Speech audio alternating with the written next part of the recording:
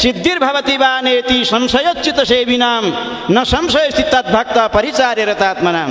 भगवानको मात्रै सेवा गर्ने व्यक्तिको उद्धार हुन सक्छ पनि हुन पनि सक्दैन।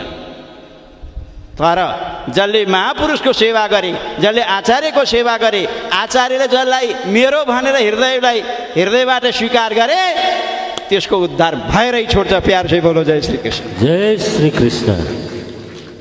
आचार्यले मेरो भएर भनेर हृदयबाट प्रेमपूर्वक स्वीकारेको छैन भने नि जति तपस्या गरे पनि, जति नि घन्टी हल्लाए पनि, चारै वेद कण्ठ भए पनि त्यसलाई भगवानले स्वीकार गर्नुहुन्न।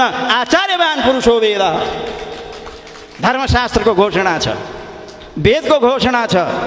आचार्य जसले जुन जीवलाई आचार्यले स्वीकार गर्नुभयो, जुन जीवात्मालाई आचार्य भगवानले स्वीकार गर्नुभयो त्यसलाई भगवानले मुक्ति दिन करै लाग्छ।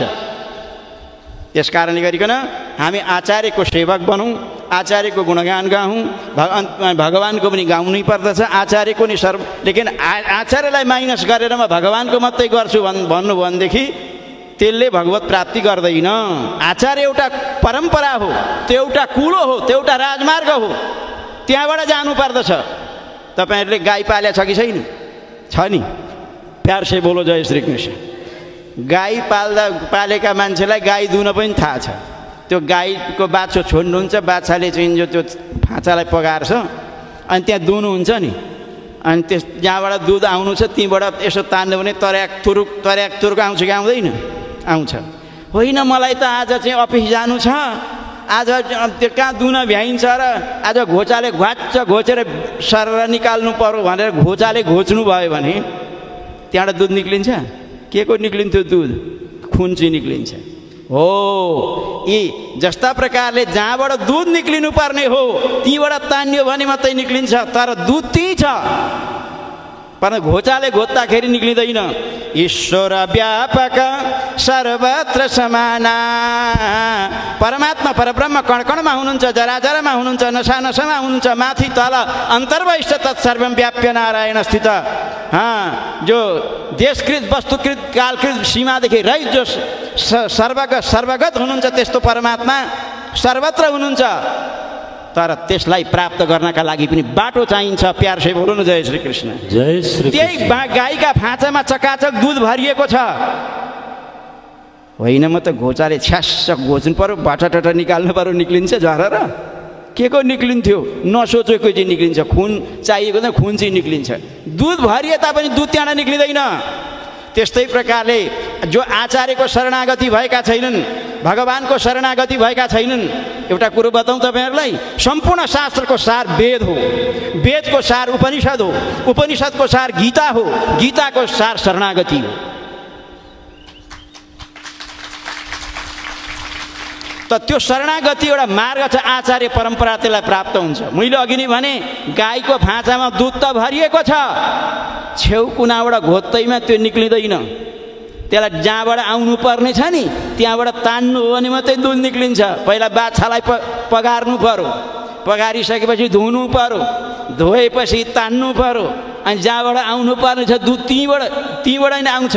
जति नै हतार भए पनि जे गरे पनि छेउ कुनाबाट घोत्तैमा दुध आउँदैन।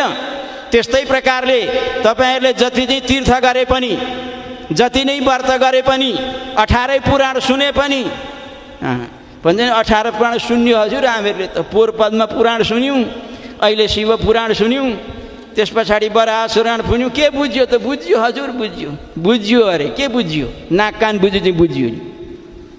प्यार से बोलो जय श्री कृष्ण। जय श्री कृष्ण। कामको रोएकातिर कुम्लोबोको ठिमीतिर भन्ने चलन छ।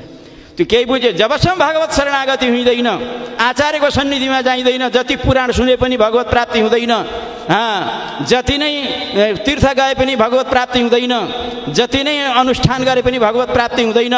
भगवत प्राप्ति सुलभ छ। कसरी सुलभ छ अरे भनेदेखि आचार्यले मेरो भन्दै ज्ञानानुष्ठान सम्पन्न जो महापुरुष हुनुहुन्छ, जो ज्ञानानुष्ठान सम्पन्न सदाचार्य जो हुनुहुन्छ, केही गरिरहनु पर्दैन, उहाँले मेरो भनिदिनु भने नि बस त्यति चुटकी भरमा त्यसको कल्याण हुन्छ। प्यार से बोलो जय श्री कृष्ण। जय श्री कृष्ण। बिरालाको बच्चाले केही गर्नुपर्छ? अरे आँखा चिम्लेको छ, सुतिरहन्छ। बिरालाले के गर्छ थाहा छ? उसलाई जहाँ अनुकूल हुन्छ त्यो बच्चालाई त्यो मुसा खाने तिनी दाँत हुन्, अलिकति चोट पनि लाग्दैन।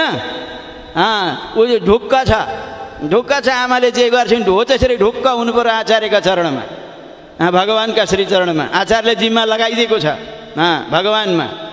त्यस कारणले गरिकन यसरी ढुक्क परेपछि साक्षात् भगवान्ले त्यसलाई कल्याण गर्नुहुन्छ। त्यो भने उपायन्तर, देवतान्तर, मन्त्रान्तर, साध्यन्तान्तरमा गयो भने फेरि भगवान्ले त्यसलाई स्वीकार गर्नुहुन्न।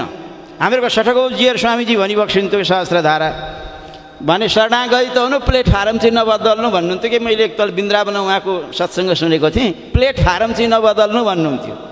मैले एक दिन सोधेँ स्वामीजीलाई यो के भनेको भन्दाखेरि उहाँले भन्नुभयो कि जस्तै गाडी तपाईँले रेलको यात्रा गरेको छ भने के हुन्छ भनेदेखि त्यहाँ माइकले भन्छ यति बजेर यति मिनटमा यो गाडी फलाना जाने, यो गाडी आउँछ बसिरहनु होला फलाना नम्बर प्लेटफार्ममा भन्छ।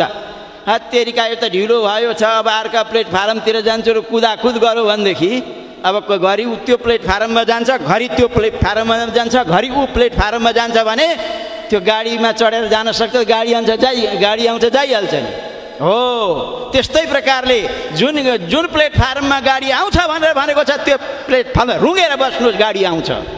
तर छ कुरो के छ भनेदेखि अब म छँदैछु, अब भगवान्को पनि दास छँदैछु, उतातिर गएँ गणेशजीलाई अलिकति जय हो भनौँ, तपाईँ नि मेरा मालिक भनौँ, सन्तोषी आमाका पछाडि गएर उही तपाईँ नि मेरी आमा भनौँ, त्यहाँ पनि गयो, त्यहाँ प्रसाद खायो जय हो भनौँ, उता पनि गयो, उता पनि गयो, यता न उताको त्यसको कल्याण हुन्छ हुँदैन? प्यार से बोलो जय श्री कृष्ण। जय श्री कृष्ण। त्यस कारणले एक भरोसो, एक बल, एक आशा विश्वास, एक राम घनश्याम हित चातक तुलसीदास। भगवानको शरणागति भनेको के हो भने राजमार्ग हो। तर उपायन्तर, देवतान्तर, साधनान्तर त्यति रहित भएर आचार्यको श्री चरणलाई नै उपाय पञ्चौम उपाय जसलाई भनेर भनिन्छ, त्यसलाई मैले पहिला नै भनेको थिएँ। इष्ट साधनत्व प्रकार ज्ञान, कृति साध्यत्व प्रकार ज्ञान।